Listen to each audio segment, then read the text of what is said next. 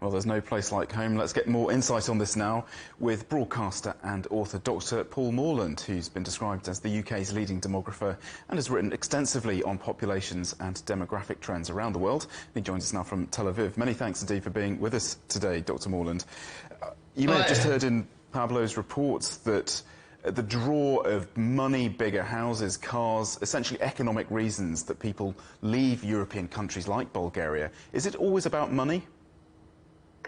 People leave sometimes because of political instability, but the really big trends within Europe are indeed about money. So many countries like Bulgaria have had long periods of very low fertility rates, so cohorts are small, and then they find themselves in the EU, and their people can easily leave and earn 2, 3, 4, 5 times as much money by moving to Germany or Britain, France, Britain before we left the EU.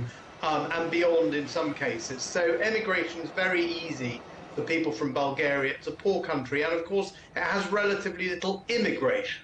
And against that you have countries like Germany, which also had long periods of low fertility and would have a declining population, but they are attractive places for people to go from a financial point of view. And so their population doesn't decline in the precipitous way that Bulgaria's is.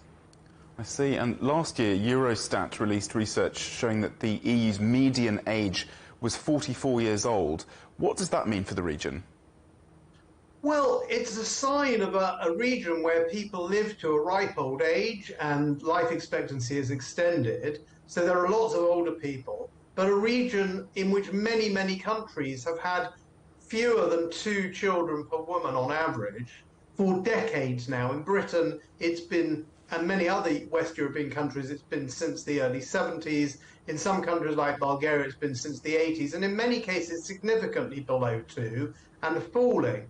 And what that means is fewer young people, more old people, and therefore the median age, which is the age of the person in the middle, if you lined everyone up by age, is a simple single number which tells you roughly where society is in terms of young or old. Now, a lot of societies, really dynamic societies in the developing world, like India or Indonesia, their median age is still in the 20s. And in many European countries, it was back earlier in the 20th century. As you get an older and older median age, what it's telling you is you're getting more and more old people who will require a lot of healthcare, a lot of social care, and you're getting fewer and fewer young people entering the workforce to provide that care and to pay the taxes to finance it. And you mentioned Germany, France and the UK. Are they the European countries really feeling this trend of ageing populations most keenly? And are any countries in this region bucking that trend? Well, they're not really, because as I said earlier, they are relatively wealthy countries. And so they've got the stopgap solution of attracting immigrants.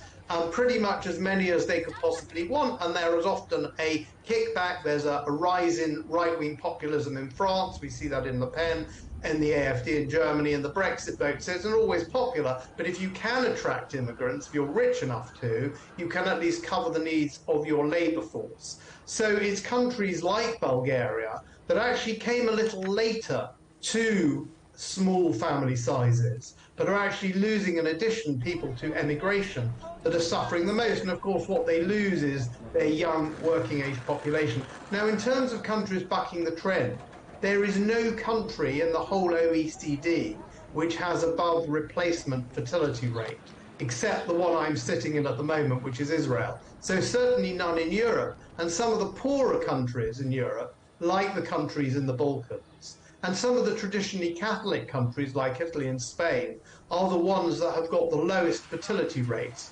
despite what you might think. You might have associated a country like Italy with large families. That's not been the case for years. And so they're the ones, particularly if they aren't attracting immigrants, that are suffering the greatest labour shortages. Very interesting issue. Thank you very much indeed for your expertise. Paul Morland, many thanks. Thank you.